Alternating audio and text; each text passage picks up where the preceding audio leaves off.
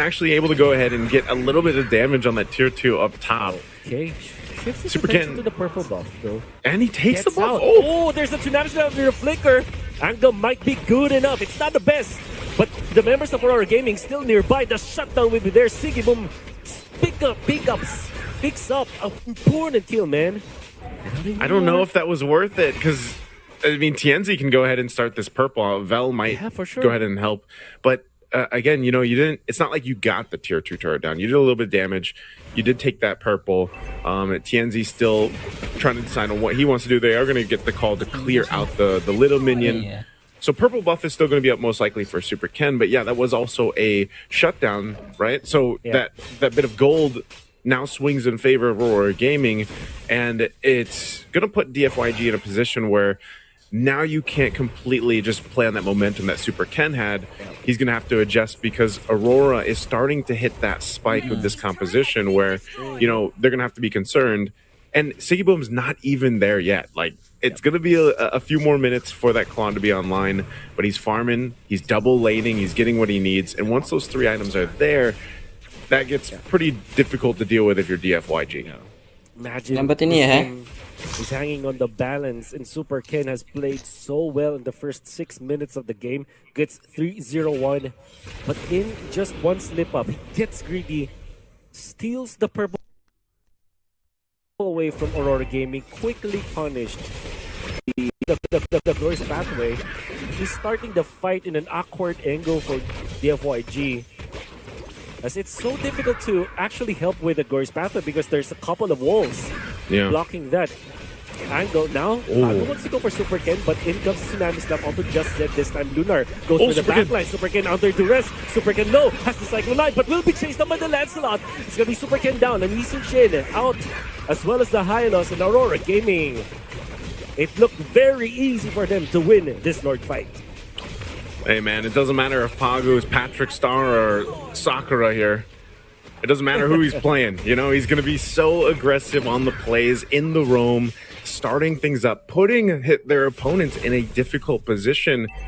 And that's what Pagu does great. You know, and a lot of the best roamers out there have that ability to go ahead and just put the opposing team in a very uncomfortable position that is basically a threat to their own objective fighting, because every single team, that's what they're looking for. They're looking for that advantage when it comes to the positioning for the lore take or for the turtle. Look at this. Lunar onto the backline. C1 in trouble, has the flicker out, but Zed will meet his demise. Now Lunar is gonna be traded out by the FYG. Sigibum with the ultimate, destroys the turret, but they will not get a kill for now. Rosa is posing for this one, has the brilliance. In comes the Lancelot, threading the needle. No long is gonna be taken out. TNZ unpunished as he dives with the Lancelot. The dashes will be enough. The FYG claims another turret up top, and it's a 4,000 gold lead for Aurora Gaming. TNZ just doing work again. You see that so often with the Lancelots, right? They see the low health bars. They don't care about the turrets, man. They'll just go puncture their way in. Phantom Execution, Thorn Rose out, maneuver, and that is the finesse that Lancelot brings to a composition. And, you know, it's still the same thing. Like I was saying, it's either Pagu or it's Lunar. Lunar, that time, it's an interchange. It's like, it's both the responsibility for them to go ahead and start these fights up, and you just don't know who's going to do it if you're DFYG. So sometimes it's like, you know, even if they're bundled together, that's actually working against them because there's an Alice across from them. And that Throne of Ruin, whether he uses the Gleam or the Flicker with it, will be oftentimes he's catching multiple people, and that's the problem, you know. And if it's not them and you're by yourself, that's where the threat of the Clea comes, because you're going to get picked off with a Tsunami Slam. And that is the difficult part of dealing with this lineup that Aurora Gaming brought to the table in game one.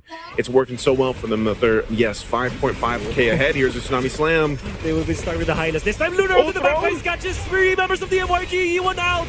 That's the even. Now the Lancelot with the punctures misses the Thorn Rose, and the Bell survives because of that. But he won, a valuable target for Aurora Gaming to take out. That's the main defense for DFYG. And Aurora Gaming can knock onto the doors of DFYG into the mid lane. They go. Pagu looking for another jump now. Bell taking so much damage coming out from the pokes of the Aurora Gaming. Unfortunately for DFYG, they will be able to clear out the minion wave. But Aurora are just stealing away all of their Cramps. It's gonna be the purple buff as well as the green camps out there.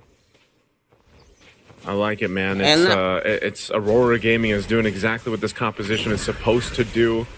You saw that where they Tsunami Slam Zed away from the team. Lunar follows through with the Throne of Ruin on this Alice. And it's just kind of catching them off guard. For DFYG, they're trying to decide, how do we fight this? TNZ is going to put pressure here. Lord was started up by Super Ken. They're going to be pushed off of it, though. So now in a position to possibly force a fight. Pagu once again. Oh, Pagu starts this clash.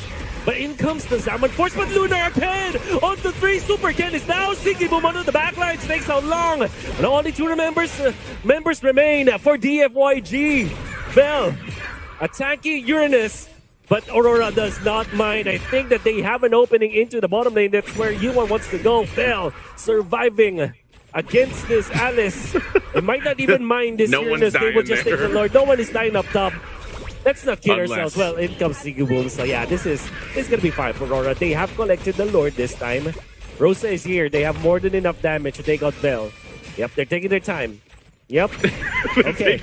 They're taking a lot of time here, Wolf. They're taking way long. Okay, it's an alley-oop, but Rosa takes. I thought it will be given to TNC. You know what?